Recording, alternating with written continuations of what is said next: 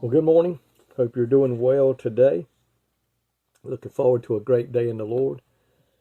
Pray His blessings be upon you as you go through this day. Pray that He will guide you and direct your path, that we'll listen and follow the leading of the Holy Spirit. And I also want to say, today if we meet someone, post office, Walmart, doctor's office, no matter where, if they say, remember them in prayer, or they have a need and when we pray for them, let's do it right there. Let's do it right then. I mean, we ain't got to make a big spectacle of it.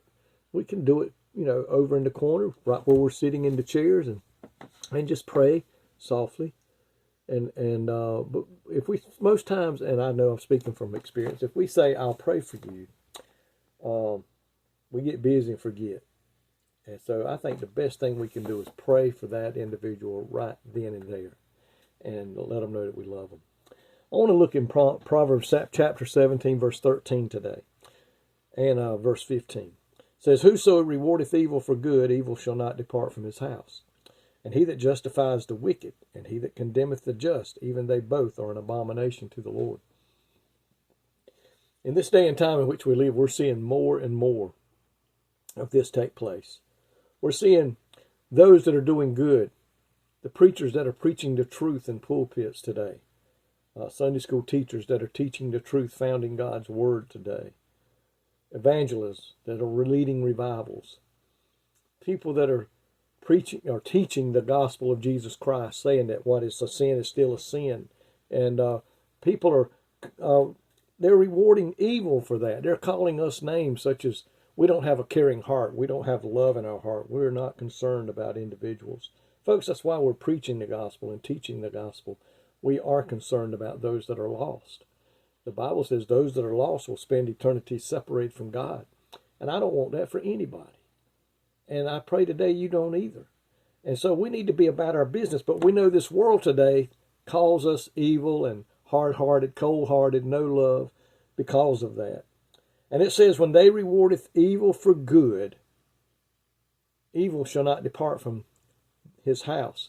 And that's what we're seeing in this country today, because we have called things that are sin right, things that are wrong correct now.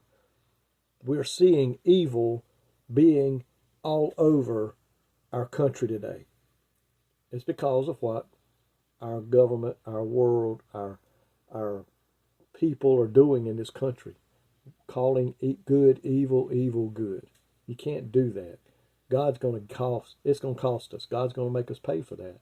And I think we see that in our country today and around the world in countries that are doing that. We're seeing the evilness increase in great numbers. And he that justifies the wicked, the Bible says, he that condemneth the just, they're both an abomination to the Lord. And we're seeing that today. They're justifying the wicked. They're coming up with reasons that people are the way they are and making it sound okay.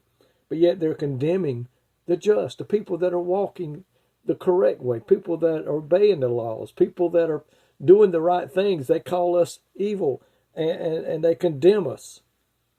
The Bible says these two acts are an abomination to the Lord. But yet we see this country and this world doing it in great numbers. Folks, Jesus said it would be this way at the end times. We're seeing great numbers of people now flocking to churches because of what's going on in this world today. We better be ready. If you're not ready, you need to make preparations that when Christ comes, you will leave. And the way you do that is you pray the prayer of repentance found in Romans 10 and 9.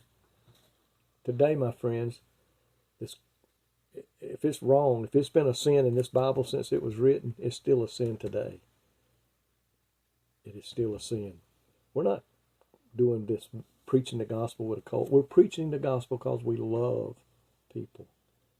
The Bible said, God, it's not God's will that any should perish, but that all should come to the saving knowledge of Jesus Christ. And that's my goal today, is to lead as many people as I can to God.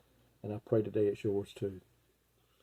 God, I pray today, in the name of our Lord and Savior Jesus Christ, may our hearts ache with compassion for those that are lost.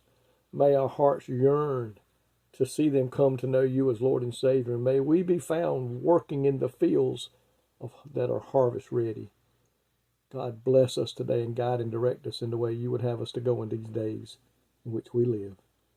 In Jesus' name I pray. Amen. May God bless you today, is my prayer.